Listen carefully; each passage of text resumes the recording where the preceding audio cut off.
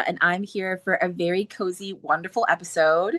For folks who are listening, we are here with my mom.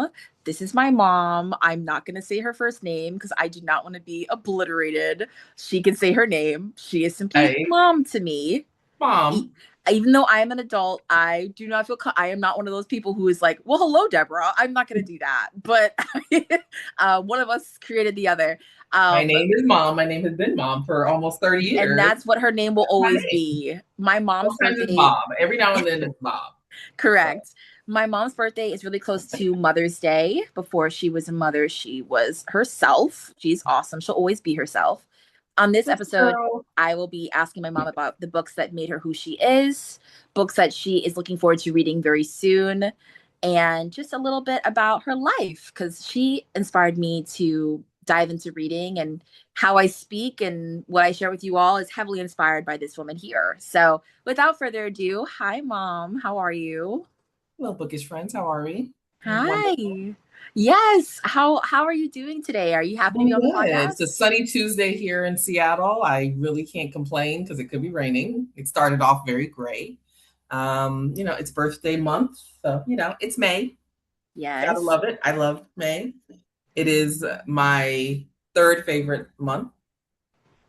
It's your third favorite month. What are the other what are the other months?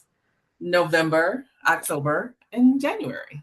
Those are I my mean, brother's August birthday as well. months. August obviously is my husband's birthday, but Well, the month I gave birth to three humans is quite yes. important.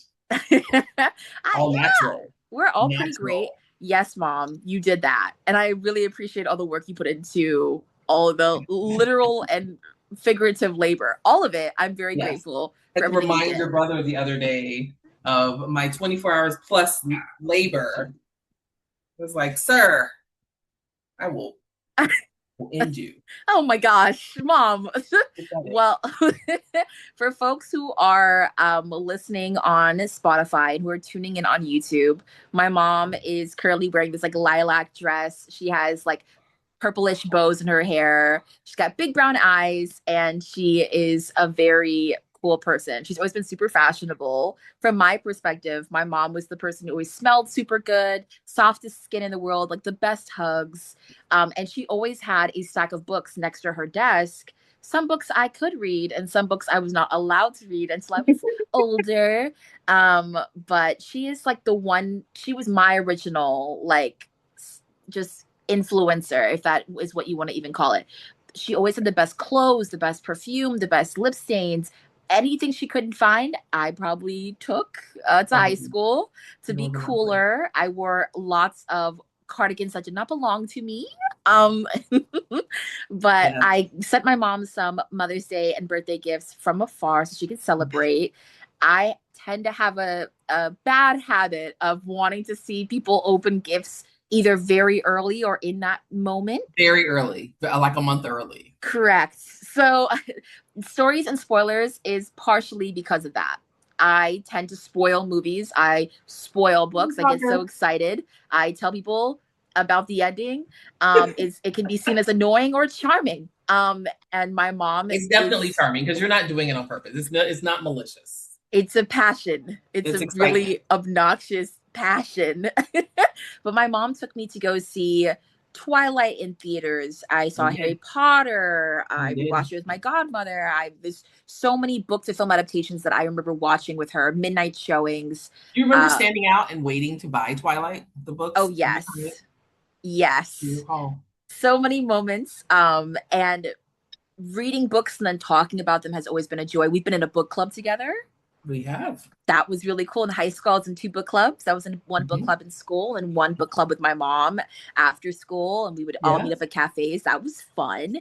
Nice Um, fancy restaurants. yes, Yeah. but my mom will be doing a little gift unboxing in this episode. Her birthday gifts. Some are bookish, some are just self care. Yes, it does look like there are a couple of bookish There gifts in are here. some bookish ones in there, indeed. Would you like to do your unboxing now or later? I can do it now since they've seen me. Those that can see Haha! me are watching me open boxes. So I might as Do it. well.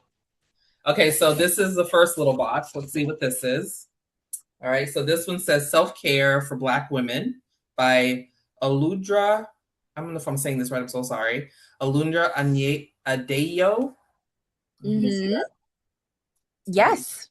So very Yeah. pretty. Oh, I love that. So I will have, am I reading it? 150 ways to radically accept and prioritize your mind, body, and soul.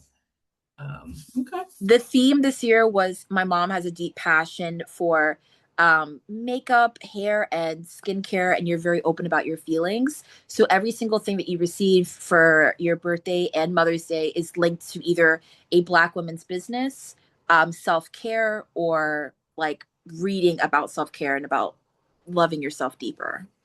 Well, I love So, that.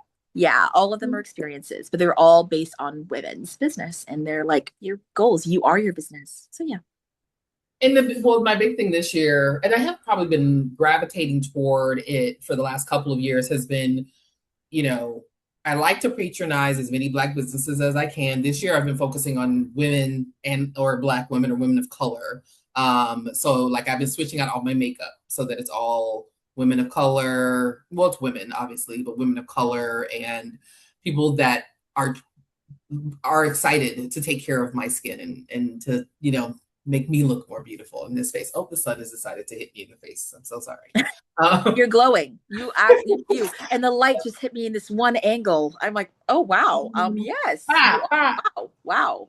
All right, Wow. we have another lovely book. Oh, by Jasmine Marie, Black Girls Breathing, Healing from Trauma, Combat Chronic Stress, and Find Your Freedom. Yes. So Black Girls This is Breathing, a I had the lovely. opportunity to interview the author. She's wonderful. That episode's coming out very soon, Oh, she's but so she pretty. actually is going to be sending you a nameplate with a personal message with that book. That book really hit me. The very first chapter made me think of you, and I think that you would absolutely love this story. Okay, I'm looking forward to it. I will say, because of my wonderful daughter, so I transitioned into being a Kindle and an Audible reader. Mhm. I will say I'm a victim of social media. I don't read, like sit down and just read as much as I used to, which is not, it's a loss. Like I enjoy reading, so I've been trying to not force myself, but give myself space to sit down and read, as opposed to listening to something or flipping through it on my phone or whatever. So because of my wonderful daughter, I actually have a stack of books next to the bed, and I Ah. can give myself that time to read. So I'm trying to be better. I am a much slower reader at the ripe old age of 47. I feel like I used to like consume books in such a different way as, Mhm. like from like elementary, middle, high school, early 20s, college age to now. Like my brain doesn't necessarily have the energy, if that makes sense. And I think a lot of women that are in this perimenopause, premenopausal space will understand what I'm saying. It's like I want to read the book, but my brain's like, oh girl, you got about 7 minutes. You better get in it. You better get as much as you can get in that 7 minute period. Otherwise I'm going to be like, oh my God, I've got to do laundry. I should be folding this. I need to do that. You're all over the place. And coming off of a 6 month sabbatical of rest was really needed. But even during that, like I was taking little bite-sized bits of the different books and things that I have. Mhm. So getting back into a space of loving, sitting down with a book in my hands has been like, let's go in that direction. So having Black authors and people that are speaking directly to me and telling stories about me definitely spurn me on and make me want to, read more in that space. Um, so yeah, I got two books so far. So we got two. I That's feel a like there's beautiful more response. happening. Wow. Oh my gosh. Yes. Okay. This heavy. Okay. Yes. So this is not a book. This is a product, as your husband would say.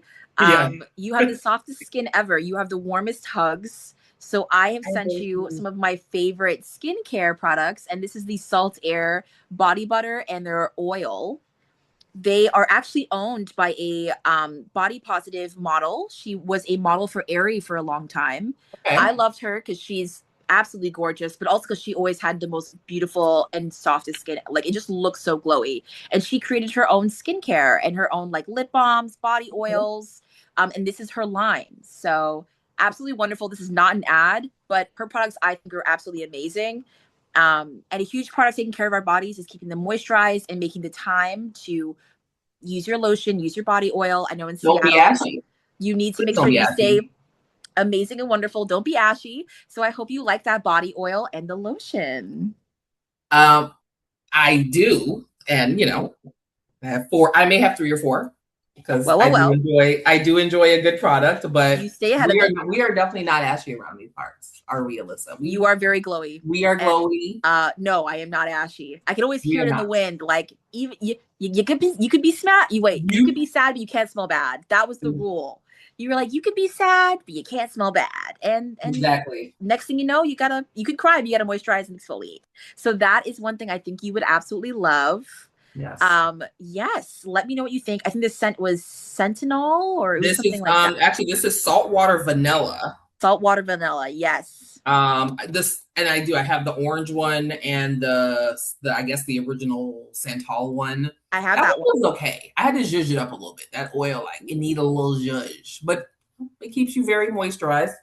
This is a good vanilla. Everything's kind of super vanilla. This is a sexy warm vanilla. Okay. Yeah. I'm glad you like it. This makes me so happy. Yes. This is a Okay. good one. Well, well, well. Enjoy I'll your be glistening. products. Glistening. Yes. There was Okay. one more thing for you. I hope you There is. have it. This is the big So one. what I'm going to say is my daughter is amazing. She Thank gives you. bad hints. She Ah, gives bad hints. ah. It's this thing is from this person. It starts with the letter T. And I was like, the letter T, and I was like, that doesn't make sense. And you changed the letter later, and I was like, is it T or is it J? It was a J. You said T initially. I told my mom, I was like, here's a clue for the gift you're going to receive, the big one, the big gift. And I was like, it's Black owned, it's women owned. Oh, what's the name of the person? I was thinking in my head, I was like, oh, their name's a J, but I gotta like mislead her. So this is what it T is. so I was like, T. I was like, what are we No, talking I told her, I'm about? like, And then you said J. I did think of yes. this person, but I was like, is J or is it T? I said Black luxury. Think Yes. Black luxury. This big gift is someone who's iconic for Black luxury. And she is Miss Jackie Ina in Forever Mood. Yes, love with the scent. I got my mom the mini Forever Mood candles and the mini perfumes because she travels so often. I do. So the perfumes, she can use them and then eventually get a big bottle, but I didn't know which one she would want. So yes, that is the big one. The books are the big one. The body care is the big one. But yes, Jackie Ina, a huge inspiration in the business world, Black luxury. Her Content perfumes, creation queen. yes, her perfumes I heard are Trailblazer. wonderful. My mom is very similar to her in so many ways. I thought, why not? This is one of your birthday gifts. So I hope you like it. So my husband says that I essentially made a clone, and I will agree that we are similar. You're similar. Because she will buy things and I'm like, oh, I have that, or yeah, I will give that to you. And I gave myself, I'm a gift giver. I've got to give myself gifts. And I gave myself the candles last year, I think. I think it was last year. Or maybe, yeah, because I feel like I've had them for a little bit. And I was like, these are great. Like, these are worth the hype. Spend the money. These little, and they're not big. Like, they're tiny. Yeah, they're not they're bigger than a tea light, but I'm still burning them. Like I have some now and they last, so you can get a good Love a good candle. 5 or 6 hour burn, but you're not, they're not disappearing. I don't know if they're soy candles. They're a soy coconut blend. But the scent, one of these little suckers will fragrance an entire room. And I don't know that one is better than the other. They all smell really, really, really good. Happy birthday. Yeah. Happy Mother's Day. I hope you like all your gifts. These are all wonderful, very thoughtful. You give great gifts. Thank you. I really had to comb my mind. I have 2 brothers to compete with. So yes, they are teenagers. They can't. It's still not. Competition. They will not. It's still a competition. So you have to take them shopping, first of all. But that would imply that 2 teenage boys are getting out of their own head. Well, they do smell like feet. So the bar isn't super high. But they will eventually catch up to me. So until then, I gotta be the best of the best, you know? You're miles ahead. I'm gonna Thank you. adjust my camera just so that Appreciated. the sun But I isn't hope you liked hitting all your this. Mother's Day gifts, your I birthday love everything. gifts. It's so I'm so thank you. happy. You're welcome. Oh, very still. Okay, Now, now I have nothing to open. I'm just gonna say I have nothing to open on my actual um, birthday. that actually may not be true. Oh, So I'm glad that you opened your gifts. I'm happy you have them. But that is actually not true. okay. So we'll leave that there. These are my mom's birthday gifts, her Mother's Day gifts for now, but she will actually have something for her actual birthday. I can't show all my things. All right. I gotta keep some things secret. Let's dive into the bookish element of this episode. Now that we finished the unboxing and all the cute self-glowy stuff. Folks, anyone who's interested in the objects that we discussed earlier in this episode, I will have them linked in the show notes below in case you want to get your mom a Mother's Day gift last minute. It does not have to look last minute. It can still be Okay. very thoughtful. Amazon will save you. Yes, okay. Your moms can teleport. They'll find you. So let's keep it there. Um, I want to ask you a little bit about folks who don't know you. Can you tell me a little bit about yourself, Mom, and what got you into reading and why you still love reading now? So am I allowed to say my name? Yeah, you can say your name, Mom. Yeah, you can say it. You can say it. Go ahead. My name is Kysha Stephens. I am Alyssa's mom. I'm 47 years old and loving it. I'm very excited about 50. Like I'm like, we're almost there. We're getting there. It's gonna be fabulous. Mm-hmm. And you know, I'm a mom and I do other things. But yeah, I'm a mom, and that's like one of my favorite things to be, and the proudest thing I think I've ever done in my life. I have been reading as long as I can remember because, that's what we do. You're getting all the sun. I did the best I could. The tree, I don't It's know like what else. it's following you. She's like, guys, It I is like, don't I'm mean like, I'm to, trying but she to. keeps like getting away from the sun. She's the light just keeps hitting my face in this beautiful, chic, glowy way. I'm sorry, guys. I'm like, all right, well, Hold on. she looks great. She's Can't we? apologizing, but she That still better? looks beautiful. You, That better yes, do that you're for still right. glowy and wonderful. We can So still it's see going to, you. the sun's going down. So in a few minutes, it'll be gone. This is what we're going to get right now. I'm so sorry. Okay, well, it's not bad. Um, So, but so yeah, I have been reading for as long as I can remember. I like a good book. I will try to touch and read just about everything I can get my hands on. So when you were like make a list, I'm like make a list. Like I've been reading for such a long time, and I don't know if I would ever say I have a favorite book. I have books that like stick in my mind. Like man, I remember reading yada yada yada yada yada. You know, and how it made me feel. Just like, it's like a movie. Books are like mhm, little mini movies, right? So, I agree. do I remember the movie? Would I watch that movie again? It's that kind of thing. Um, and we were talking before, and I was like, I had to sit down and kind of think, like, when do I first remember? What's my first memory of books, of like reading? And I think the first book I remember acknowledging as like a book that's this separate thing was there was a book my grandmother had on the coffee table, and I was probably in maybe the second grade, maybe first or second grade, but it was like everything I needed to learn I learned in kindergarten, and I thought it was funny. I was like, how did adults learn everything they needed to learn in it's kindergarten? Like I'm a big kid and I know, does that mean I know everything? And it's a series of like poems and thoughts about basic rules and knowledge that you take with you through life. And it is very true. Like if you think about everything you learned in kindergarten and in grade school, you really do. You do know, and you learned everything, your basic, your foundation in like kindergarten or first grade, right? Hit people, we're not stealing, sharing is nice, don't yell at people, some basic things. But that was like the first book that really like stuck in my mind. Whenever I think of books, that's probably one of the first books I think of. And I don't think I ever read the entire one. Like I would sit and like flip through it periodically and go, oh yeah, like, this is why we share. And as an adult, you should probably still share because it's a way we communicate with each other, all these different things. So So yeah, I think I will and have always had a love affair with books. They are a way to escape, especially if you come from or going through a traumatic time. And I had a pretty tumultuous childhood, and so books are an escape, right? They allow us to walk through a door and out of sometimes really really hard situations, and imagine ourselves in other spaces.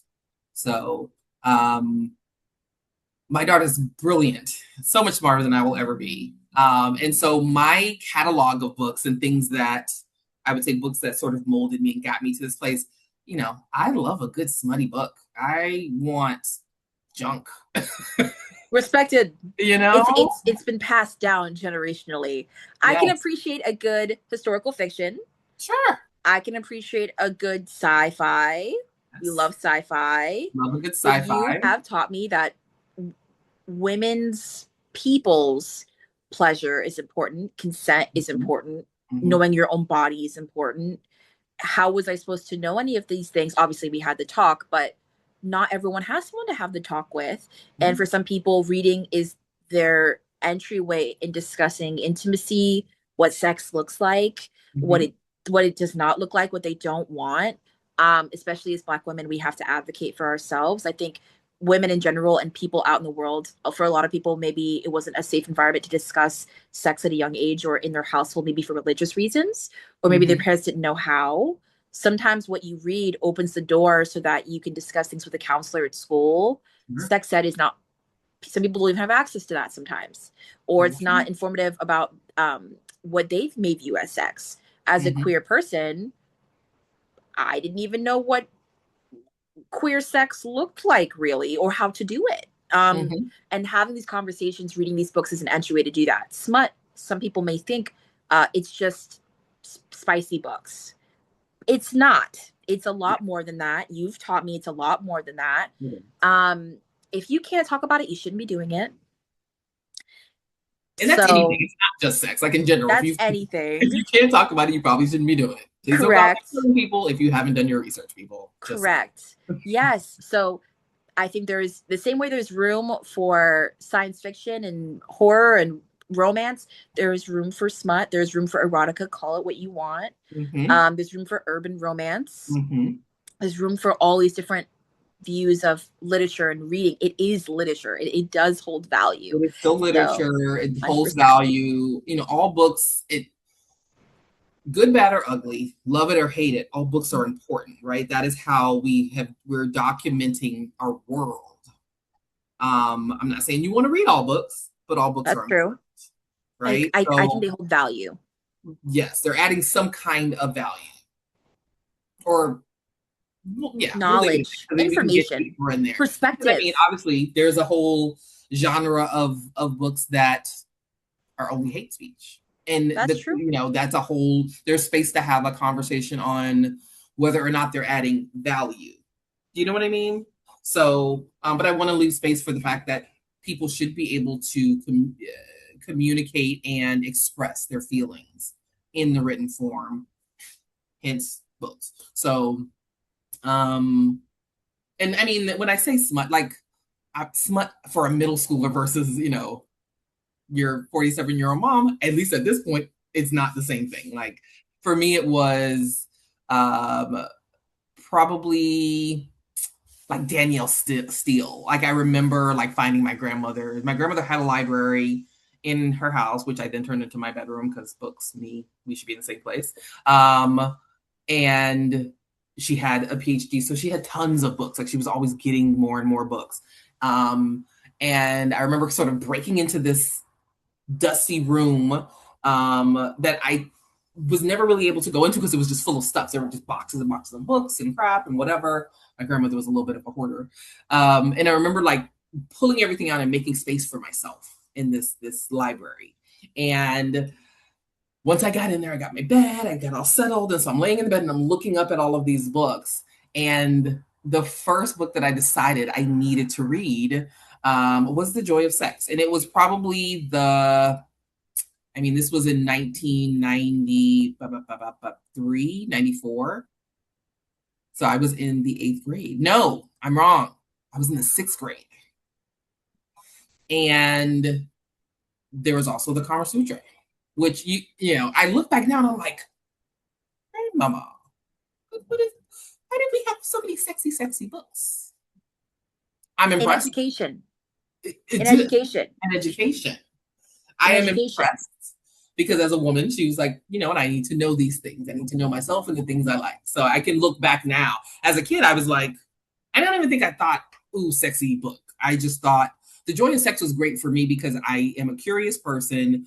And I was at that place as a young woman. I wanted to know more. I'd read enough like romantic books and things. I hadn't read anything that was obviously too far outside of my age bracket, but I understood that physical desire, if that makes sense. So I wasn't watching porn, we're not there, but I was just curious.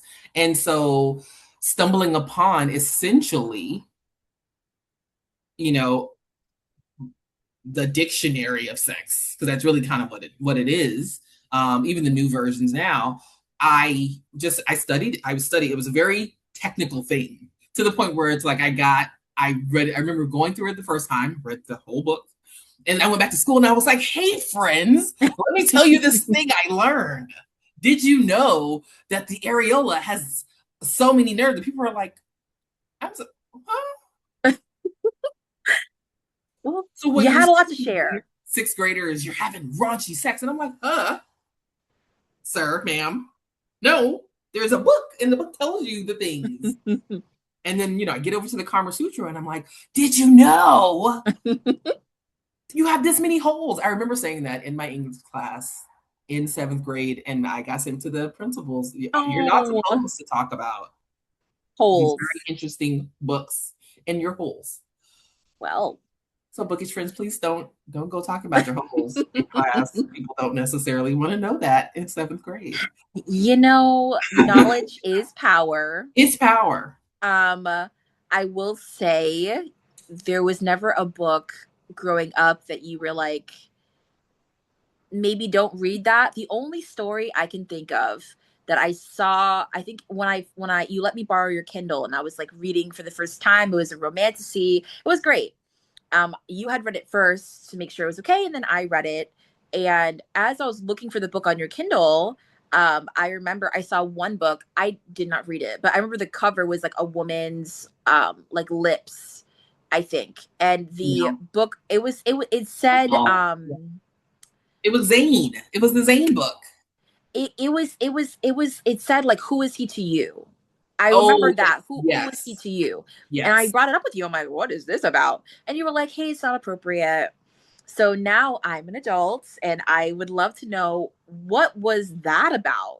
And why was Why that that book sticks in your memory so I don't aggressively? know. That was I never 2020. read it, but I think it's because when you're told no, your Yeah. brain is like, I'm gonna do it. I was not like that. I love my mom. I respect her. If she says, hey, please don't do that, Yeah. I know it. Like, my mom would just say that for no reason. So what was that about? Who is he to you? What was that? So, and I want to look and make sure because I realize there's more than one. But so who is he to you? Was a book that I'm trying to remember how I found it. I think it was recommended by someone else. Okay, so I had the dates wrong. The version that I read was in 2009, and then it was a reprint in 2016 by Monique Mensa. And the cover that you're remembering is like a woman's eye and like a red It's bleeding. teardrop. Yes. And the reason at the time, the reason I was like, okay, not necessarily a book for you to read is because it was a lot of domestic violence. There was sexual assault in the book. It was just very, very mature for you at the time. I want to say you might have been in elementary and middle school or something like that. And it was a lot. It just would have been a lot for a child. If you were like, no, I really want to read it, I would have probably said, let's do it chapter by chapter and kind of talk about it. Lots of feelings, lots of thoughts. And then that wasn't the end of it. There was another book. And so there was a cliff. I didn't even get a chance to go back and read the other book. I don't remember what happened. I feel like either it was a while in between books and maybe something else caught my attention. But really, really well written. You had three individual dynamic storylines happening at one time that then come together and intersect. And you see how Okay. all of these lives have essentially interwoven themselves into each other. And so, yeah, it was just an interesting read. I had not, at that point, I was in my early 20s, early to mid 20s. And so I just hadn't read anything written in this voice in this way. It's written kind of like a Like a domestic thriller? it is a domestic, yeah, it's a domestic thriller. It's written sort of how you would see like a Lifetime movie. Mm. So, but a good one, not a bad, like a good Lifetime movie, right? And so you've got these three characters, different phases of their lives. Obviously, you have whoever the abuser is in this space. But again, you've got these three very dynamic storylines happening, and as you're being dragged through their lives, you're seeing how all of the points match and go together. And you're like, "Ooh, this could happen." So it was really good. It was a very, very, for me, it was a fun read. Not fun because of domestic violence, but you had this Mm. roller coaster of emotions and feelings, and then these light bulb moments with the characters. And so, yeah, that was a really good book to stumble on. So, if you're uh, not that you necessarily want a domestic thriller, but it was a good little ride to go on. And it was not, I don't remember it being a very long book. Like, Okay. I'm going to assume it was under 300 pages. It's I been a I long, been a I long will time. say that was one where I remember it was one of those books that I remember seeing growing up where I was like, "Oh, this looks super dark and spooky." Ah. But then again, I look back and like now as an adult, I can appreciate a good thriller. I love Yeah. horror. Um, I love it now as an adult, did not love it as a teen. No. Super scared of the dark. Fun fact, listeners, I was a scaredy cat. My mom can definitely attest to that. But There's a now nightlight in most places for the people. nightlight was, and you know what, some rumors may still be in the air, that some of us fall asleep to the sounds of rain. My cuddly cat is always with me. I'm never quite alone. But I think that as you've shown me, as you mature and grow, your taste for reading changes. Things that you maybe didn't like before, you can appreciate now, or vice versa. Things you loved back then, you don't love now. When you mentioned Danielle Steele, can you tell me a book by her that you really loved in the spicy, kind of smutty genre, or the romance genre? What is Oh, one honey. book that you were like, "Oh, that was a good one. I want folks to know about this one." So Danielle Steele has written upwards of, oh my God, I have to think. I'm looking now because it's been, I mean, she has a lot of books, Alyssa. Like thousands. No, Like I want to say she's like one of those writers that just cranks them out. but what is one that really meant something to you? Um, Mm-hmm. there's so many. There's She's so going through her mind. My mom's mind's like a library. She's like, okay, let me find it. Let me pick it. There are a few series my mom has mentioned in the past, so many series. I that love a she good absolutely series. loves. One is a series my mom would always go on and on about. She used to have these tubs in the garage of books that Yeah. I guess you couldn't fit Oh, in your yes. room, and you would always be like, "Oh, I have it. Just give me one moment." And she would go into Let this me dark go into garage and it. like scuffle into these plastic bins full I of still have books. them. I still have my plastic She has her bins. Thank plastic you. bins of books. One series was the Neighbor from Hell series. Um, Mhm. R.L. Matthewson. okay. Love her. Do you want to tell listeners a little bit about that for folks who may have never heard of it? Okay, so let's do Danielle real quick. So Danielle Okay. Still Justice, and FYI, has been writing since like 1973, 74. Ooh, So since I was a baby. been an author. Um, I would say like, you know, Love. Like there's a book literally called Love. There's Crossings. These are all just guaranteed happy ending. There's a rich guy or a rich girl and somebody wants somebody. It's a novella. They're, what I again, these are middle school, high school level smut. I'm gonna get some kissing, might get a little, he caressed my shoulder. We need a little shoulder caress. But nothing crazy. There's no boobs, popping out in any of these suckers, but it's a good little Wow. read. It's a good, no boobs popping out in these suckers. And But, the cover is like a golden heart. It has got that cursive yes, lettering. It's the very same. It's the romantic. same vibes like the Harley Quinns. It It is. Yeah. is, and Yeah. Harley Quinn is still very much around. Wonderful for folks who may be listening for shout me out, Harley Quinn. I love Harley Harlequin. Quinn. Listen, there's nothing wrong with a good Harlequin romance. They Yes. are awesome. They are Yes. super cool, and they have lots of Um, diversity The as well. Ring. The Ring. That was a good one. I The remember I read that one Ring. probably like 3 times. Yeah. Okay. Yeah. The Ring was really, really good. And Danielle Steele kind of opened the door to oh my god, what's it called? Like like JD Robb and Nora Robb, because Nora Roberts has JD Robb as her, I guess, alter synonym, like that's her like murder. I didn't know that. Yeah, so Nora Roberts is JD Robb. Ah, So we're in the JD office like Robb, different names for yeah, parental JD Robb murder. is um like John Grisham. Like she does like, Mm-hmm. like murdery, not really political, but they're murdery. There's a, police officer, something's happening. It's not ever going to be paranormal in most cases with that series. Whereas with her Nora moniker, I might get a nice little like you get pulled back in time when you walk through the Yeah. trees, and I love Nora Roberts. Again, same thing with Danielle. So I've read a lot of her books.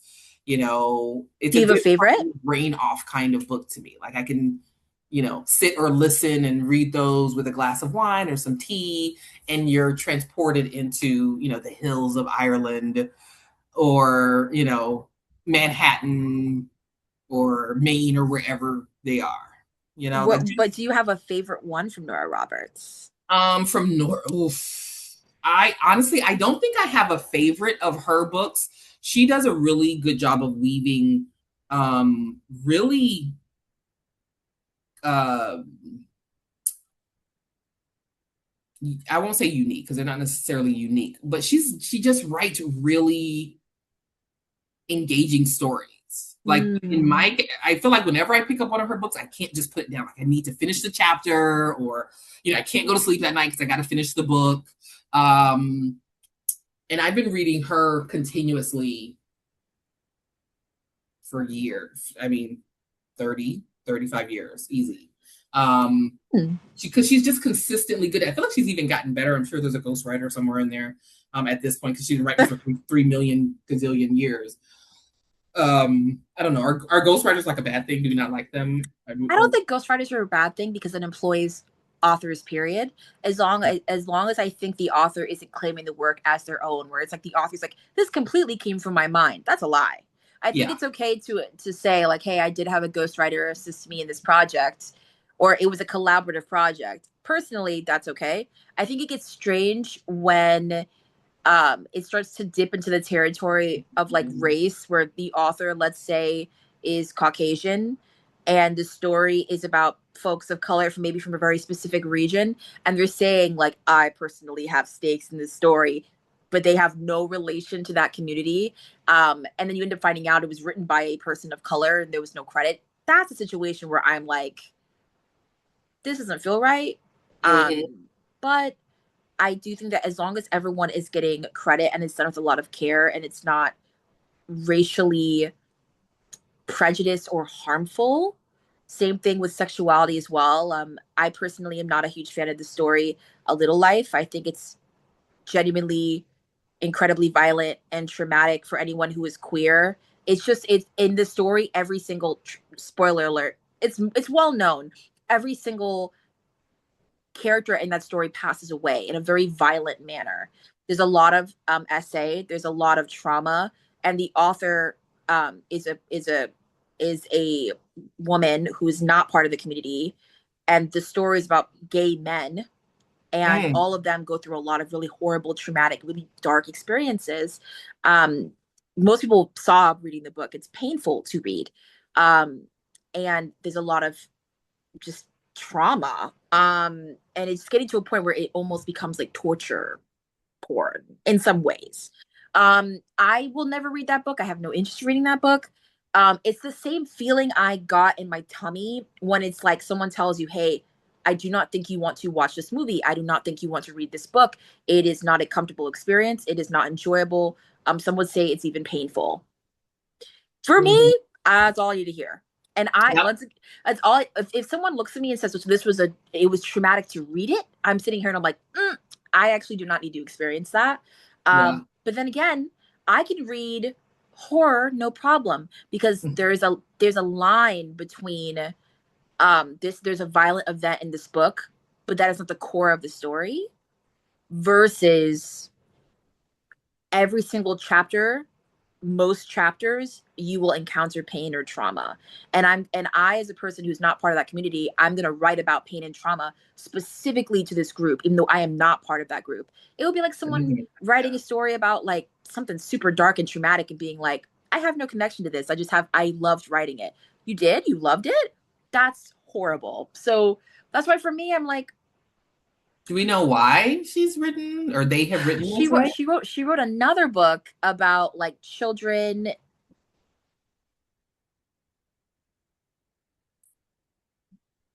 of color and predators and stuff. Is she? It's one of those situations where I'm sitting here and I'm like, what? What was the reason? I'm pulling a Cardi B. What was the reason? Yeah. Why? And people, oh, she's brilliant. I have no poo poo against the author. I just don't understand when you're writing a story that has so much trauma and pain, and then like people are like, this is artistic. Um, I don't know. I don't think it's artistic. Personally, I do not. I think traumatic events can happen. I think dark moments can happen. It is part of life. It happens and it's horrific and it sucks. But there has to be like a light at the end of the tunnel. There has to be like joy, hope. There has to be like some gumption of light. Because for me, I could never enjoy a story where it's just like there's no reason, value, or prospect of there being a lesson. Even in like stories like The Hunger Games or The Handmaid's Tale or Lord of the Flies or The Troop, there are so many books I can think of that unlock something deep and painful, maybe even a personal fear of yours, but there is a lesson there, or there is a warning or a tale of like you don't want it to go in this direction, or something about human character or decisions. I'm not a huge fan of Stephen King, but I could acknowledge that in books like Misery or in Carrie, they can inspire discussions based off of uncomfortable situations. um, Even Colleen Hoover, even though I'm not a fan of her books anymore, um, I remember reading stories by Colleen Hoover in high school and then coming to you and talking about how this Mm-hmm. made me feel. And we were able to have conversations that, even though I Yeah. was not experiencing that thing, we were able to talk about it. And you would tell me, like, hey, what's happening in the book, if this happened in real life, is inappropriate, or this is not okay. And thankfully, by reading the stories, you're able to have these conversations. I know someone who read A Little Life. She is awesome. And I have so much love and respect for her because she was able to go through that experience. I personally could not. Um, but even though I never read the book, having someone tell me, hey, you probably should not read it because I know you and I know that you're not going to enjoy it. The same way you told me, like, who is he to you? This is not appropriate. And now as an adult, you're telling me why. Okay, now I know as an adult, shit, I don't want to read it now. But I would So rather actually, I would say know. now you would love it because of the way. Well, let me take that back because I realize things age a certain way, and I've had to go back and I've like read things and I've been like, oh, that didn't. And Oh, that's wait, okay. hold And on. that's okay. But I think you might, if it's as good as I remember, I think you'd enjoy the writing. And again, there's a second book that sort of ties it up. I do like a guaranteed happy ending. I like things to I end. like a happy Like ending as that, well. shut that shit down. Like you can't leave me hanging. Mhm. Um, the most annoying book series. So much so I didn't read the whole series. I read the first book, threw it across the room, and refused to pick it up again. Oh, Coldest winter ever. Mr. Soldier. tell me more. Sorry, can't Go do off, go it. off, go off. You know what it is? First of all, Winter is a pain in the ass. Like she got on my nerves as a character. Like I remember reading it and just going, really, bitch? Like, what's happening right now? And which I guess makes her a good writer in the sense that I have a very visceral reaction to her characters. And my best friend Melissa has like all the books, and we kind of agree. By the time I think she got to what, they're like 4 books or something in the series, I don't even know. I refuse to go back. I'm sorry. I remember the cover of this book. It collected dust on my mom's shelf. The cover is a woman's face, her lips, and on the lips it says a novel. And then her lips on the 25th edition, it's like purpley and blue. And it is The Mm-hmm. Coldest Winter Ever by Sister Soldier. And I tried reading this book my freshman year of college, and I could not get into it. It just was not for me. That's okay. I remember bringing it up with my mom, and I was like, I went on YouTube and I was looking for books by Black authors, for Black women, about Black women. And I remember telling my mom, like, I tried to read it, but I can't get into it. And my mom was like, I also could not get into it. And I was like, it's a weird generational thing, but I was like, it makes me feel less crappy Yeah. for not finishing a story or for not enjoying it when another person who you deeply love is like, hey, it also wasn't my cup of tea. Or you know what? It's okay that you didn't like it. Some books you're just not going to like. I've seen movies with my mom and I've been like, oh my gosh, mom, so many thoughts, so many feelings. How do you feel? And my mom was like, I did not enjoy that film, but We I'm can here with talk you. about it. Like, listen, yeah, we can. Yes, there are some artsy movies. I'm so sorry that I went through a phase and I was like, mom, the depth. Was I overanalyzing it? Do you remember 110%. Death Note? Do you remember Death Note? I remember Death Note. I remember Mother with Jennifer Lawrence. Oh, I'm sweet so Jesus. sorry. There were biblical I am still references. traumatized by that movie. Sorry about Ernest is still traumatized by that movie. I'm sorry about it. Oh, I was just getting into my horror bag. I was just getting into like horror and biblical references. I It's a very niche combination, yes. but it is a very interesting combination. Jennifer Lawrence, Jennifer Lawrence, I will not brilliant spoil the job. end of the story, but there are references in the movie that if you grew up wanting to learn about stories from certain religious groups, I don't want to spoil it. If you watch the movie, certain things get acted out, and you're like, is this about what I think it's about? It's It definitely not is. what it's about. Midsummer, I wanted my family to see it because it's a very Really? complex story. Hereditary. I remember trying to talk you into that. You said Oh, no. no, no. You Well, said no. once you told me, like you know, again, I appreciate the There spoiler in this case. there was an oh my golly Wally moment, and I asked No. my mom. It was about motherhood. It was about grief. Apparently, it Yes. was about uh the complicated discussion of like what happens if you have a child and you regret that. Mm-hmm. What happens now? Once again, Ari Aster, this director, super prickly. He is bringing things up that a lot of people think was very inappropriate and not okay to bring up. But I brought it up with my mom. I was like, Mom, the things that he's saying in this horror movie, it wasn't even like the scary moments that freaked me out. It was this concept of like a mom telling her child, I did not want this. And now you're here and I hate you. That was Mm. really scary. I was like, Yeah, it's oh crazy. my gosh, like what do you do with that information? It was seeing a family fall apart in a literal like demonic situation. Um and grief. It wasn't just about like the spooky elements. It was about like what does this mean? Like you're saying things that shouldn't be said out loud, like it's taboo. That was the scary part. That was my entry level to horror, where it's like it's not a creepy monster in the shadows. It's someone who's supposed to love you who hates you. That is terrifying to me. So scary. That's real terror, real You know, horror, yes, right? Get Out. When we saw Get Out, I Yeah. was like, what happens when you go home to meet? I was old enough to go to meet a boyfriend or a girlfriend's parents. What happens if they're secretly racist? What happens if they smother you in your sleep? Like these are things I didn't even think about before I saw that movie. I was like, a sunken place. They want my body. They want my what? I was shook. But then again, now I understand your concerns. When you send off your child to college or when they go on a date, you pray they come back. Hmm. I always asked you, I was like, how are you not freaking out right now? And you're like, you thought I had good judgment. Yeah. I I, think I so. I thought that I gave you tools to be able to navigate through, the hard situation. You had been exposed to a lot of things in growing up, and had a chance to talk about things. And um, it was. it was never easy. And I know it was never super far away, like when you were a kid, like, let me stay close by.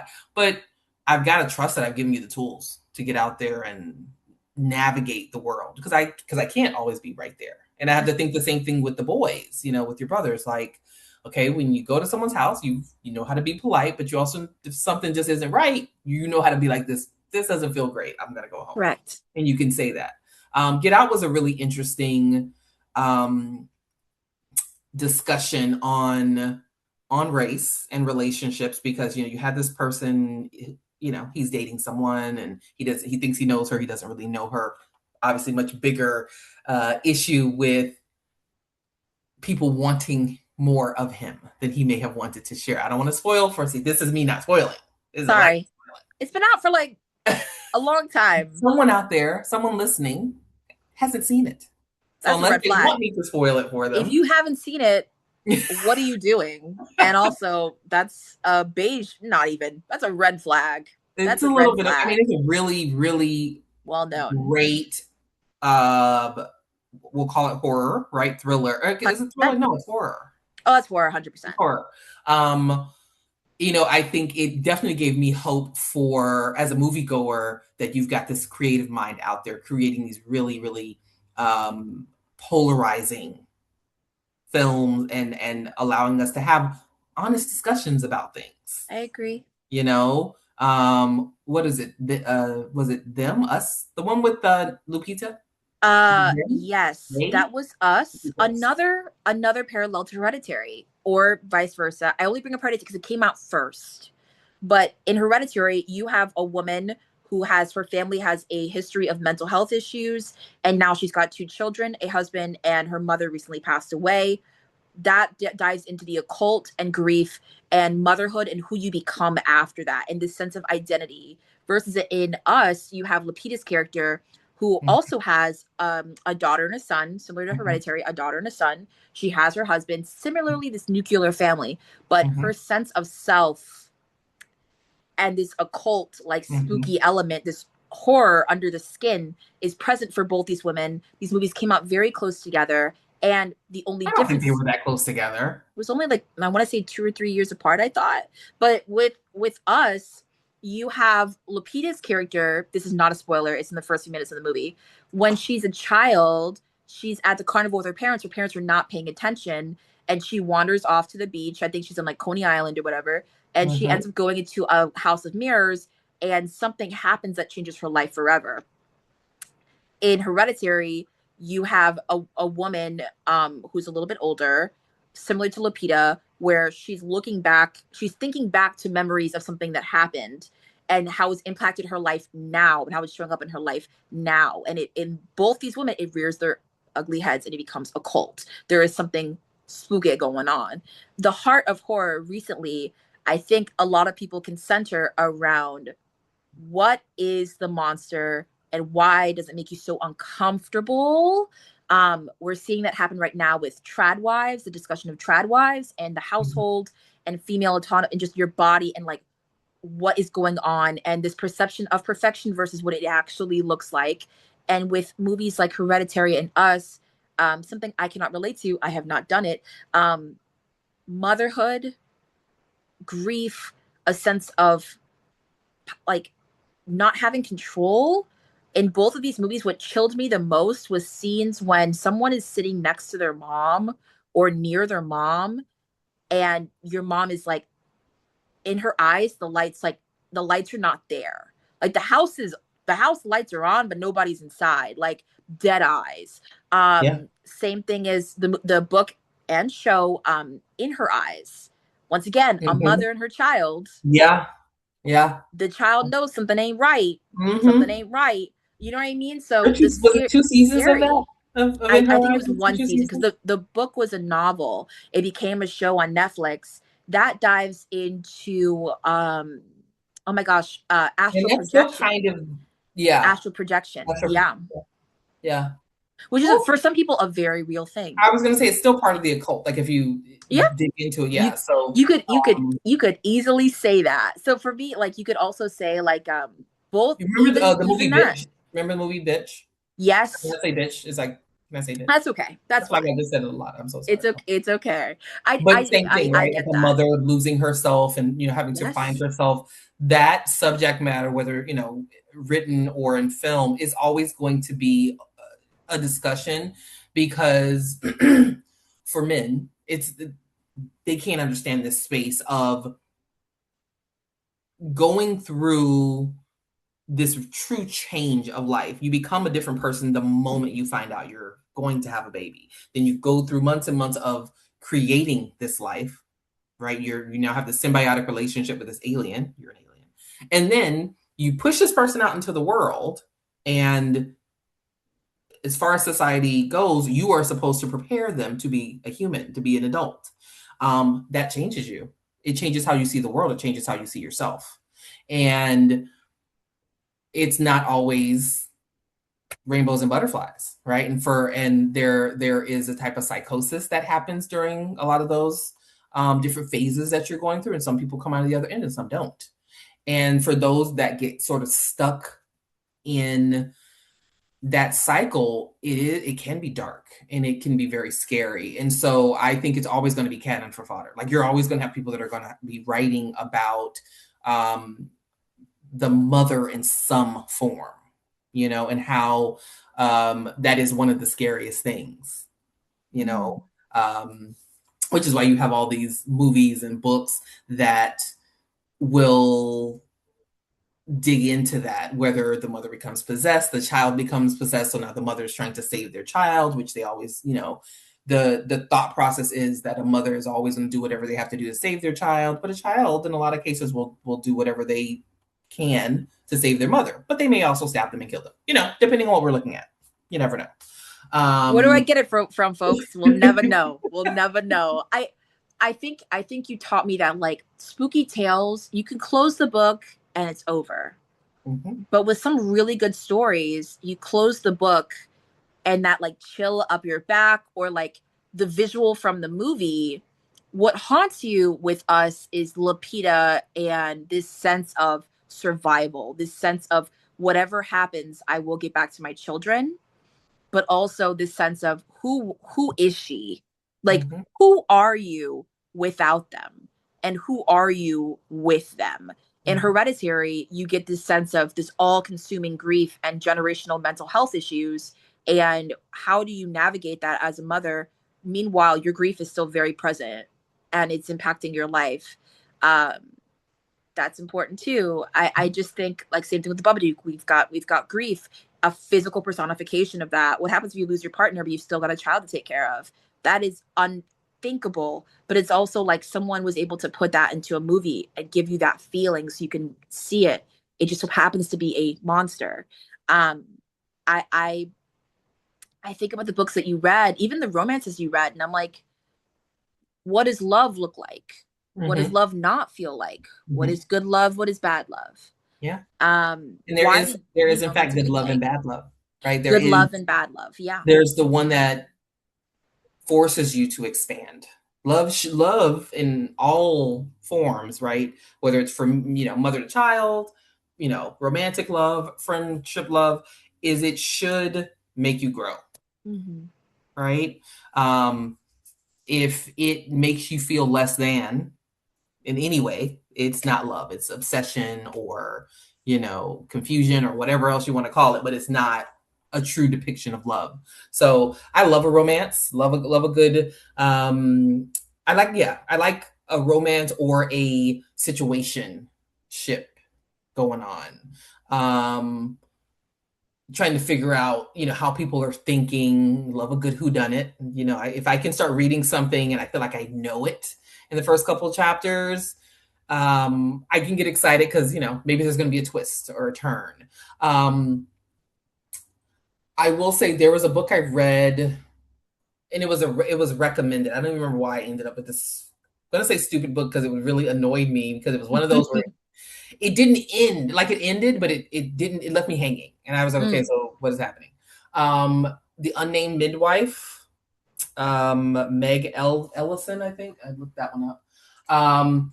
Really, really interesting, well written. book. It's, post-apocalyptic. It's like in 2015, Mm. 16, something like that. So it was, current. Um, it's a long ass book for you not to tell me what's gonna happen. I'm pissed off. Like, we get to the end. What happened? So I remember getting to the end and I'm like, what is happening? But it was well written. Like, I was taken on this very interesting ride into, and I'm looking at it because I remember the story. But it was very, as a victim of SA, as a child that had a very just crazy childhood, and just being a woman in the world, that you're never really safe. Like, to some degree, you're never really safe. And in reading this, it's so tangible that our safety is something that every day we've got to sort of fight for. Every day, everywhere you walk, everywhere you go, you are aware of someone else on the sidewalk with you. You're, if it's too dark, I don't walk past alleyways. It's just something I will not do. Someone's going to yank me in there and hurt me. Never going to happen. If I'm alone, it's not going to happen. And, in this book, you have the main character go through this. It's an apocalypse happens. So she's in the middle of it. You get to see it happen, which is very interesting because I had never read a book that did that, where it kind of showed you the breakdown of society and sort of finding your way in the world. Because we talk about it, we've seen movies, but how many books have you read where it's like on September 17th, I went to work, things started acting really, really weird. I walked down the street, that person was dead on the corner. Oh my God. Like, it's so that was interesting from a reader's perspective, because you're used to seeing it in a movie and this was a book. Mm. And I don't know if it's so much of a spoiler, but the unnamed midwife, she is a midwife, and the setup is, over the course of a number of months, you're having stillbirths. Right, it's starting to spiral, but it goes from being like in a city to being in a state to being in the country, and now it's the world, and and so the build up to this story and this sort of the dystopian future of there being no more children, and what does that mean for us as a society, and who takes the blame for that? Is it the women? Or is it the men who are not able to fertilize said egg, right? And the survival that people go into, because by human nature, we want to survive. And so you get to see these different, as this woman, she's traveling across the country. If I remember, it's like from New York to California or something like that. And there's a discussion on gender roles. There's a discussion on reproductive rights, rebuilding society. What does that really look like? And what's a safer society overall? Is it a society run by women? Some would say yes. I might be one of those someones. I'm just saying, because in this kind of book, not that it will make a person a man hater, but it will really make you kind of go like, if there were no non-female people, non-reproductive people, non-baby carrying people, we might have a much calmer world. Interesting. Because of what drives us as a species, as a sex and as a species. Like, if it's a good discussion piece. Like, when you wake up in the morning, what is the thing that is driving you? Is it your physical need, meaning you want to have sex or whatever, or is it the need for tea and a book, sunrise? I get that. The need for peace. I want to light a candle. Just saying, you have a group of beings that want to wake up and have calm. In most cases, we choose peace.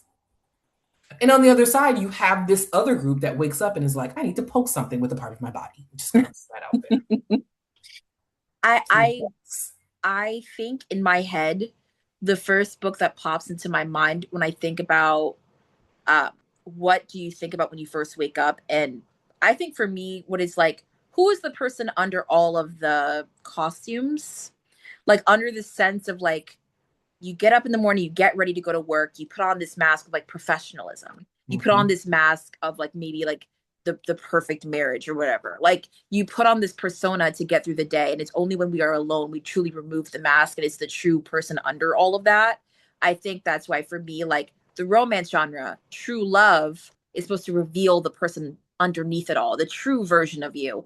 Horror, the mask comes off and it reveals the true monster under it all. Like, you know, when the deed is done and all the twists are done, like, who are you? You're a monster. Same thing with like Scream, right? Where it's like, is the boyfriend the one you shouldn't trust? Is it the best friend who was always too nice to Mm-hmm. you? Like, was he really a nice I haven't guy? seen the new Scream, not new, but I haven't seen the most recent I release. have not seen it Not a either, good one. but Not a good I actually have a book I'm currently reading. It's called Your Favorite Scary Movie by Ashley Cullins. It's about the backstory of the Scream one. franchise, what Okay. inspired the screenplay, what inspired the series, why Wes Craven said no originally. He did not want to direct the movies.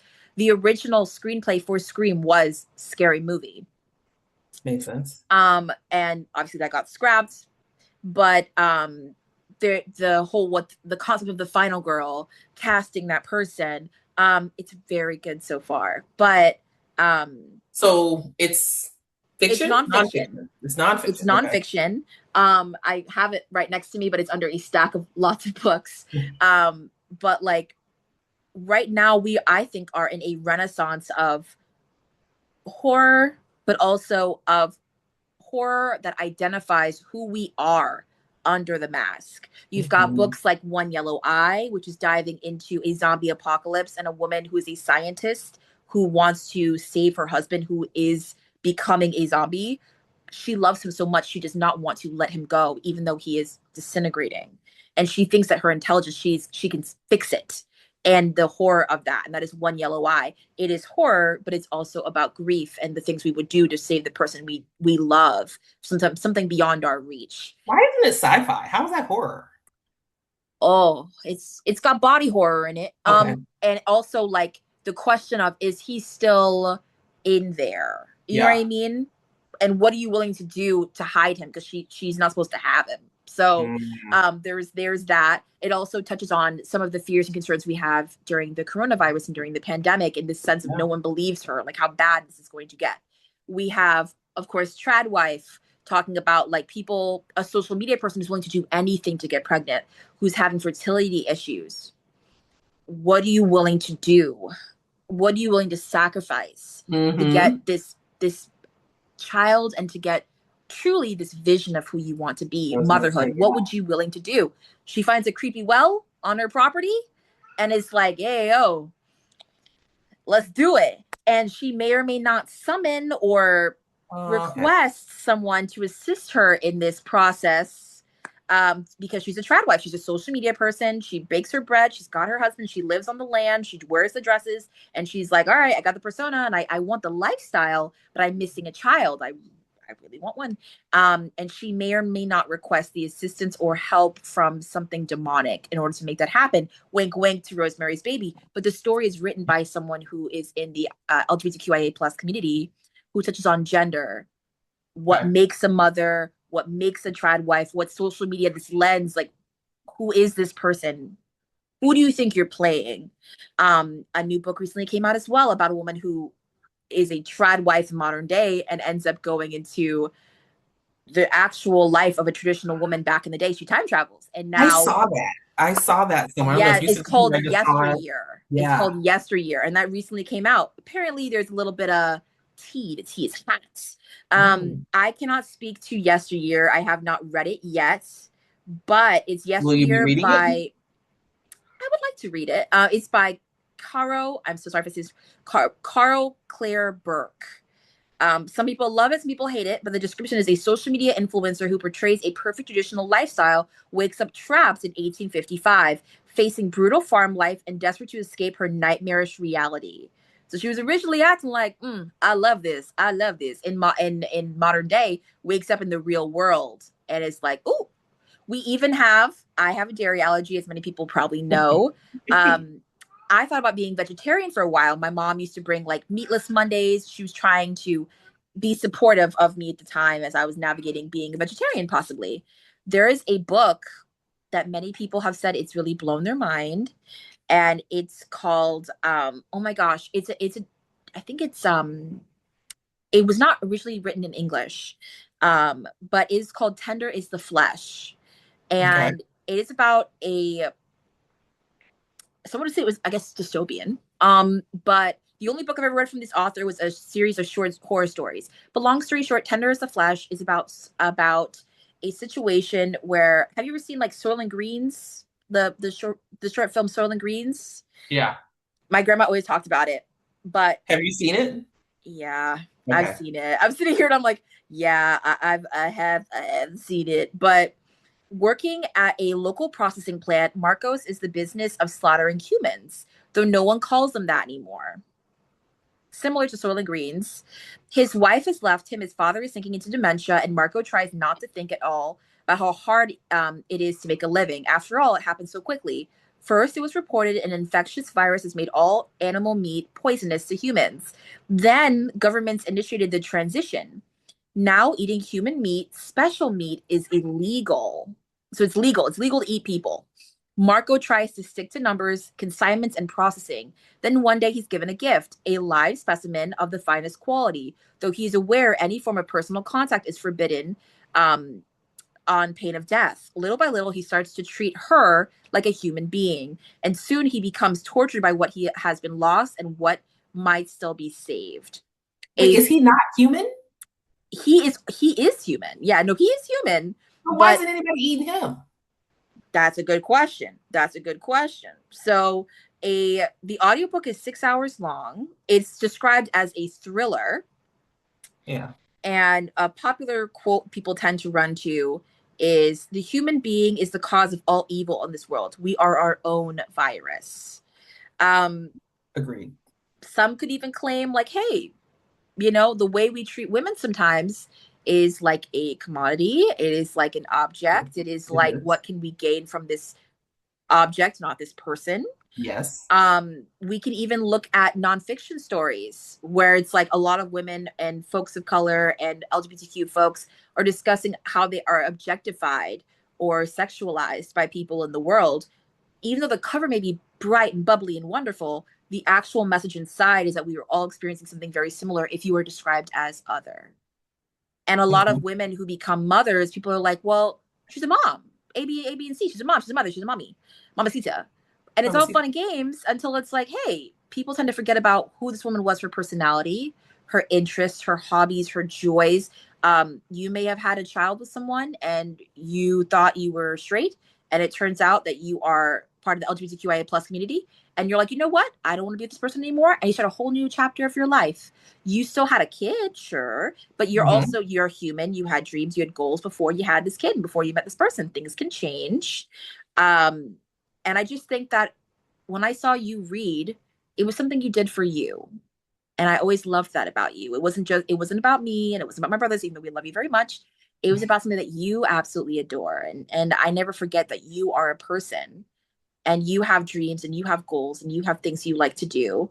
Um, and I was never afraid of the spooky parts of books or movies because I could always know coming home it was a safe environment and that I could talk to you about these things.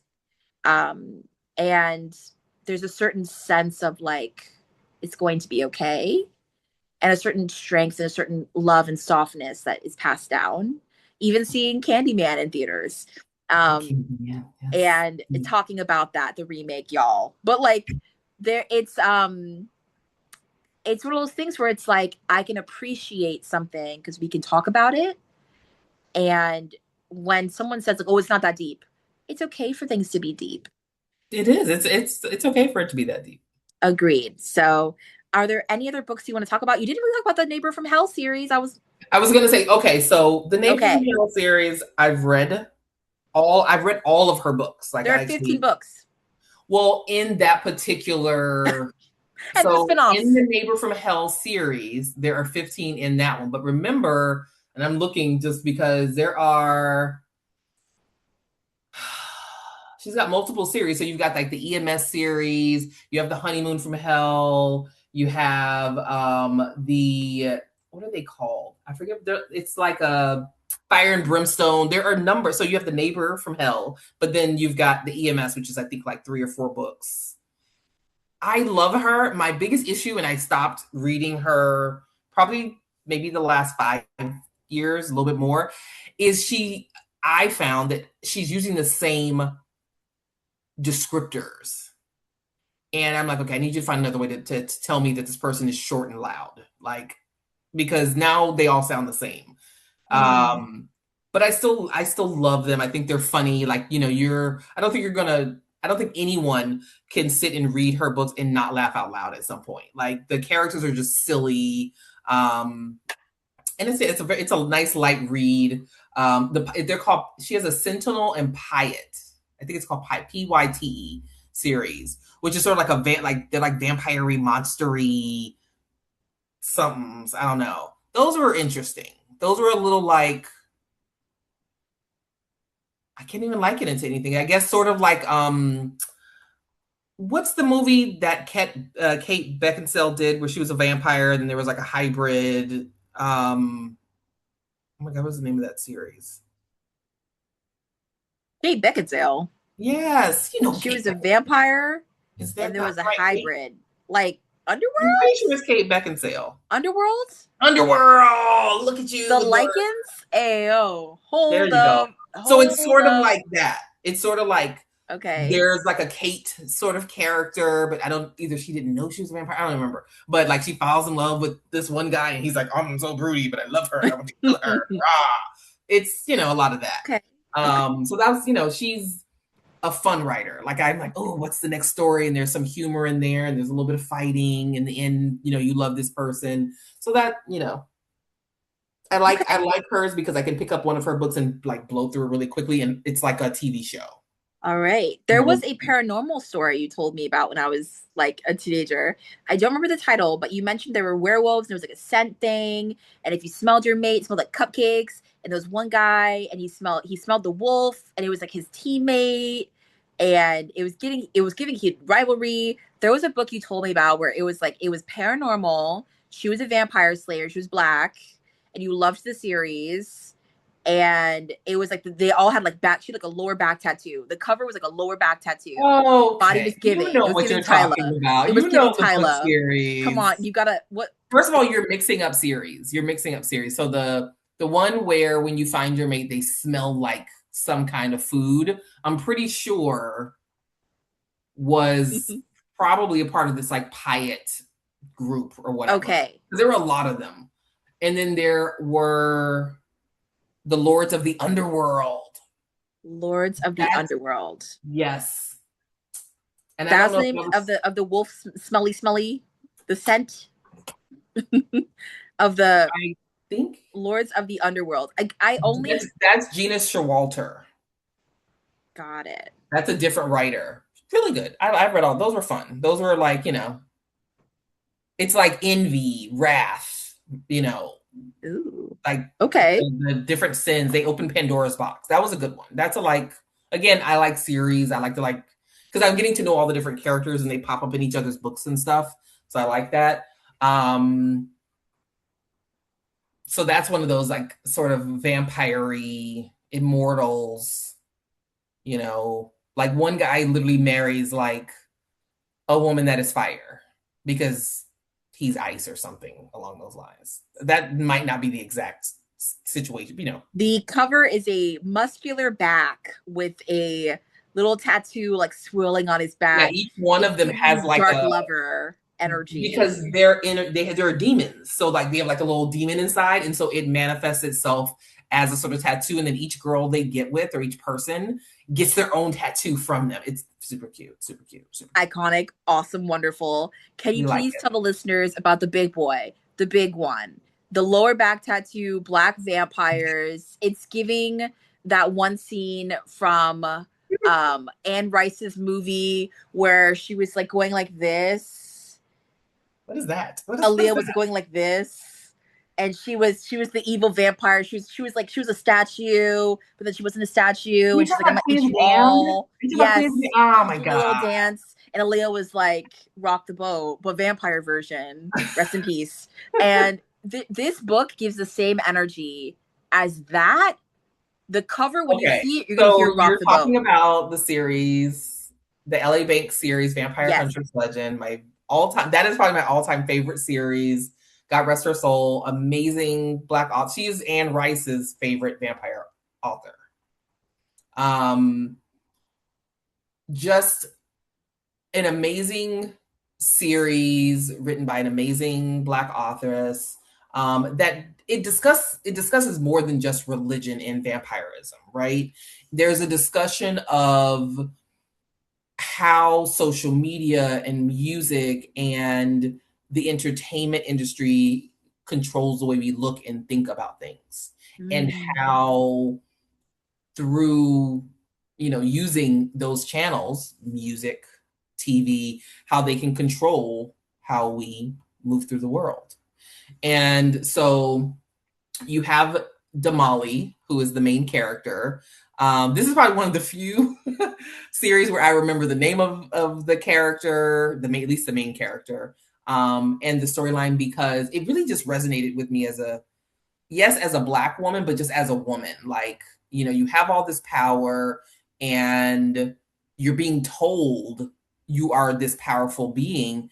And part of you is like, I don't know if I want to do that. Like, I don't really know if I want to be, a black queen. Like, I just want to be a girl. Leave me alone. Let me just live my life and be hot. You know what I mean? And at some point, you do have to step into your power. You've got to say, you know what? I am comfortable taking up space. I'm comfortable owning the energy that when I walk in a room, everybody wants to look at me, and I'm okay with that. Like, I don't need to hide. And I think that's one of those underlying things throughout the book is watching Damali become a woman that is confident in her strength as a black woman. Whereas initially when you meet her, she's a very angsty, I want to say she's like 19 when we meet her in the very first book. This very angsty but strong vampire huntress who's been told, like, she knew probably since she was, I think, like a little kid, that there was this thing she had to do, right? You are responsible for the fate of the world. Oh, no pressure. Be perfect. Um, and to watch her through this 13-book series evolve into a leader, a mother, a wife, all these things, while also getting comfortable in her sexuality and um, making sure that the partner she chooses understands that she is the prize, and he is very blessed to have her and have her choose him, because look at all of these other options, and she shows him, like, these are other options. You are not the only option. The universe even knew you weren't the only option, and that's really cool. Because society will tell you you should meet someone and settle down with that one person forever, and that may not be everybody's path, and that's okay, and it's okay to be okay with that. But maybe you do have your one person. Maybe, if you meet your quantum soulmate, lucky you get to be with that person through many, many, many lifetimes, if that's what you believe, right? So yeah, I enjoyed, and I've probably read the series at least 3 times. I'm in the process of recollecting them just between moving, and I had loaned the books to someone at one point, and someone lost one of them, so I was just very mad. So I'm trying to recollect them so that I can put them in my library, because and she's no longer with us, so she started another series and wasn't able to finish that. And I have my conspiracy theory thoughts on that, because it's one of those things, like, if you read through it and if you have any interest in either the occult or in theology, it's very, she did her research, right? There's no situation, like, it's fiction, but with a lot of historical value to it. And I really, really like that part of it. Growing up in the church, as I did with my grandmother, there are references to Egypt, obviously to Jerusalem, to the Middle East. There's a discussion on the 11 tribes, and how we all go together.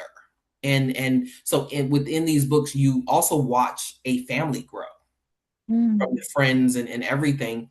And you start to see that all of these religious and race wars are, at least in this situation, are really unnecessary, because if we're all working together, all of the things that we believe connect and work together, and um, help us get to a much more calm and um,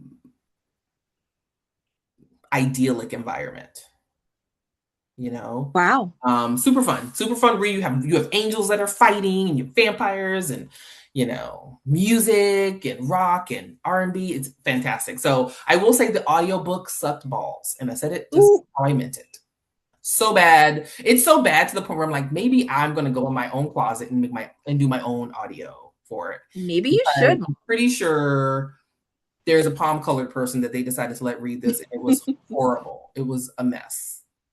Wow. Yeah. I'm going to make a special note on the show notes that my mom highly recommends the Vampire Huntress um, series as physical copies, if possible. Yeah. Yeah, don't Okay. audio. Please, Lord. Do Highly please, recommend that as please. a physical. Please do not read the audiobook if possible. Don't do it. What are some books that you wanted to mention as we close out this episode that meant a lot to you, that you want people to read, show some more love to? So LA Banks is always going to be up there. She's got an outside of the Vampire Huntress series. There's another like Vampire Huntress one in there. It's like at the end. And I honestly don't know if that was. I think it's like she started it, and maybe her daughter or someone tried to finish that one. Um, and then there was. Let me see if this is. There's like an The indie. Vampire Huntress series, like when you look up LA Banks online, that is the first, like the most intense, like it comes up immediately, and it's described as a 12-book urban fantasy series by LA Banks. And Minion is the first one, coming out in Yeah. 2003, and it concluded with the 13th at Mhm. 2009. The series blends horror, romance, action. Wow. It sounds absolutely iconic and wonderful. It makes me feel so bad for forcing you to read The Maze Runner. Oh my Oh my god. gosh. You gave birth to someone who was like dystopian. You were like, "What about this fantasy?" And I was like, "Dystopian." I'm Maze sorry. Runner. Yep. We were And we were so very white heavily into this and dystopian future so for a while. white. But I was here for the like Maze Runner, Percy Jackson. Oh Yes. Lord, Oh Percy my. Jackson, The Odyssey, Yes. Edgar Allan Poe. Hmm. Um, oh gosh, it's very like the light is. There was Let's the stage where my novelist daughter, I want to say you were probably 13 or 14. No, you're probably younger than that. And we're like in the car and we're talking about the books you're reading, and I think no we were getting ready for like a poetry, like a stop. slam or something. And literally looks over at me, very serious, and was, Don't you know, my life isn't hard enough. I need more struggles. Like, what am I supposed to write about? And I was like, I will push you out of this car. Like, what are we talking about? I genuinely get secondhand She needed embarrassment the struggle. from myself.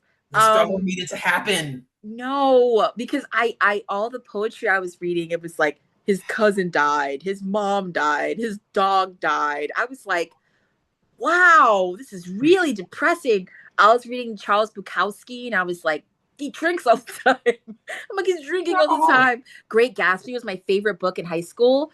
Yeah. Classist, like just, Yeah. just dark, struggle, hurt. And my mom was like, do you need to talk to me about something? I was like, no, this is what I need to read. Beautiful Creatures was the first book I ever Yeah. read that had a black character, not a main character, unfortunately, a black character who was like older than everyone else, super ancient, super Mm-hmm. powerful. In the books, she was played by Viola Davis, who I love. I love Viola Yes. Davis. I only giggle because she has a tendency, the same walk she did in How to Get Away with Murder with the purse, and she was like She was like, walk in. She was like, I got to get this done. Same thing with Olivia Pope's Scandal, the crying face, the Yeah. the sliding down the, you know, I Good will drama. not I will not be judged for the evolution of my black girl coolness. I had to go through some really nerdy, weird things at first to get to where I am We now. all do. We all do. Okay, the Odyssey's coming out soon, y'all. Okay, everyone wants to know what happens. Your girl Does knows. everyone want to know? Is it Everyone wants to. The everyone? girls want to know. I The don't think they folks do. want to know. I feel like they And don't. I got you. I'm right Like no one here. has asked the question. I think it's in the air. It's coming. It's coming. But it's the same. Can you spoil the Bible? Well, I don't know. So I'm sitting here. I'm like, look, Actually, you've yes. had a lot of time. I feel like everyone's had. That's the same thing with the Lord of the Rings.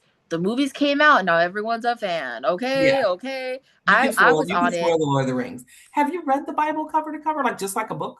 Because it is, I mean, really just like a wonderful work of fiction. I don't want to get smited. Stop Smitted? getting excited for reading the read the Smited? book. Read the book. Smit? There are good I, stories, as and there you are know, because songs. you were there, There are love you songs. saw that too. You saw that too. You saw that. Not. I don't use the word phase. You saw that chapter of my life as well. Um, I'm. We're gonna leave that there, listeners. All I'm gonna say is there, We're gonna leave that right there. there may have been a phase in my life where I was like, let's get biblical with it, you know? And I may have gone to a church where there was like a guitar playing, there's a guy with the khakis. I was like, Mom, this guy really knows what he's talking about. He was like maybe 17, 18. I was like, Mom, he knows all the scripture. My mom was like, he does. And I was like, let's just do it. Let's go with it. The baptism, all the things.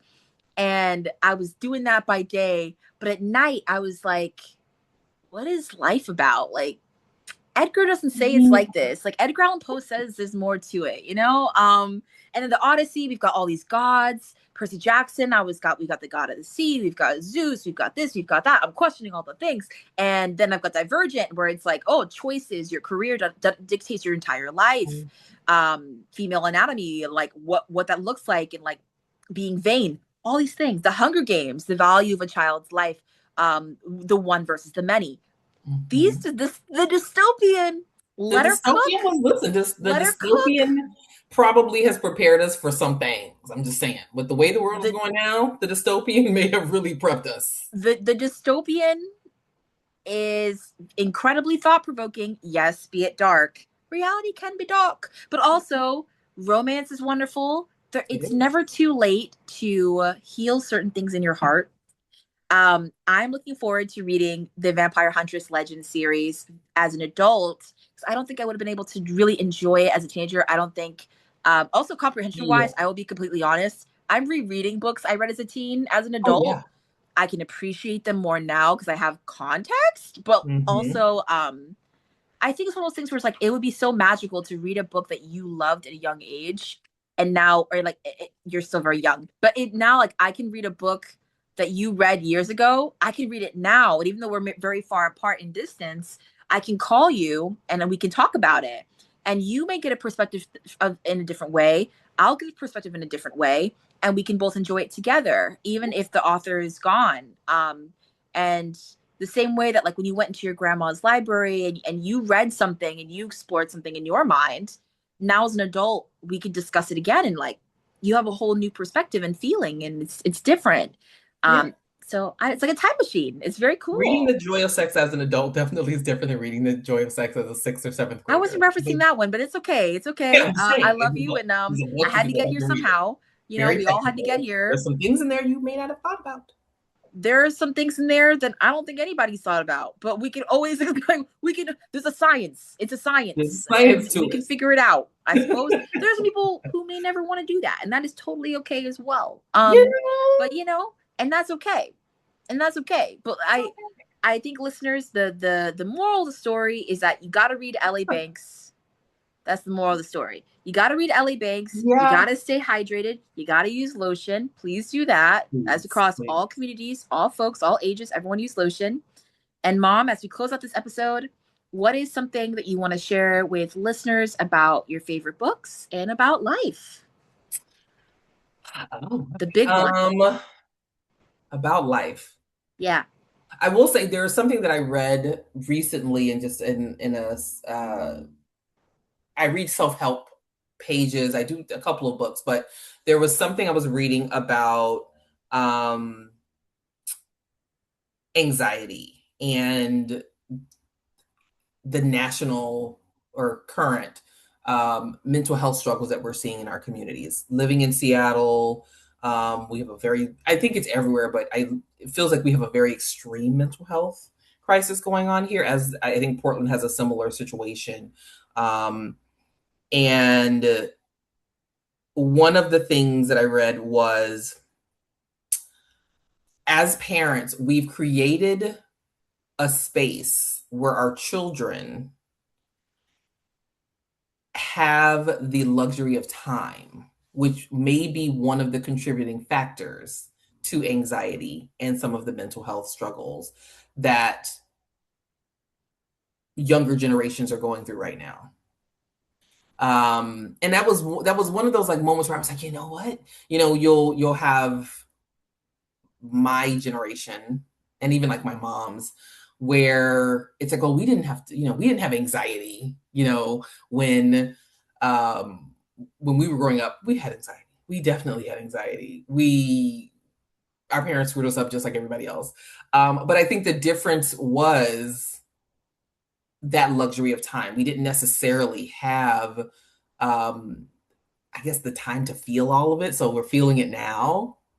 And that's a very interesting space to be in. Um, so I would say stay busy. And when I say busy, like give yourself permission to do things. Take a walk, walk, hike, go work out, get a new hobby. Because, just sitting at home, kind of just sitting in that feeling isn't actually the healthiest thing to do. And I know that's not mind blowing. It's not amazing. But it gave me a moment of pause, because I was like, you know what? That's really true. Like, having had months to just sit and be quiet for a bit, I got lost in the feeling. Like I had to kind of get up and take a walk and go outside and let me knit and let me do this and whatever. It was much healthier for me to kind of move and engage my body and my mind, so that I wouldn't start kind of drown in my own thoughts. And I don't know that I have more books that I would recommend. I would recommend always having at least 5 books on your bedside or in your Kindle or in your audio selection. But I would say the same thing for music. Have 5 different kinds of music in your Spotify playlist. Like, it should be rotating. When you go and you look at your list of books that you've read for the year, there should be some kind of assortment. you know maybe you've got something old, something new, you've got something written. Maybe you've got a murder mystery and you don't normally read murder mysteries. Maybe you've got self-help. Maybe you've got The Joy of Sex. I'm going to keep talking about it. I feel like it's a great series. I'm just going to put that out there. Or the Kama Sutra. Yeah, and if you don't love anyone else, you should love yourself more than anything. Have a love affair with yourself. Well, that was our TED Talk, and it was a very good one. Thank you for I coming will to the say talk. that you look absolutely wonderful, and So do thank you so you. much for coming on the podcast, Mom. I think my long episodes are some of my favorite ones to record, and I am grateful for anyone who listened. If you have to listen to this episode, take breaks, come back, feel free. We've gone across so many different topics and genres as we do. But I don't know. I just like I feel so much joy that you came on. This feels very full circle for me, from going to telling you about all my books to you being like, why are you reading? What was going on? Now it's like I can share this with people from all over the world, and being able to talk to you about it again, full circle. We can look back on this when I would say when we're old, but we're Black. So like that, when's that happening? When's that gonna happen? But this episode comes out on your birthday, Mom. So time travel wise, happy early birthday. What? This episode comes out on your birthday. A message to your future self. You're doing so great. I love you so much. I'm so happy you're here.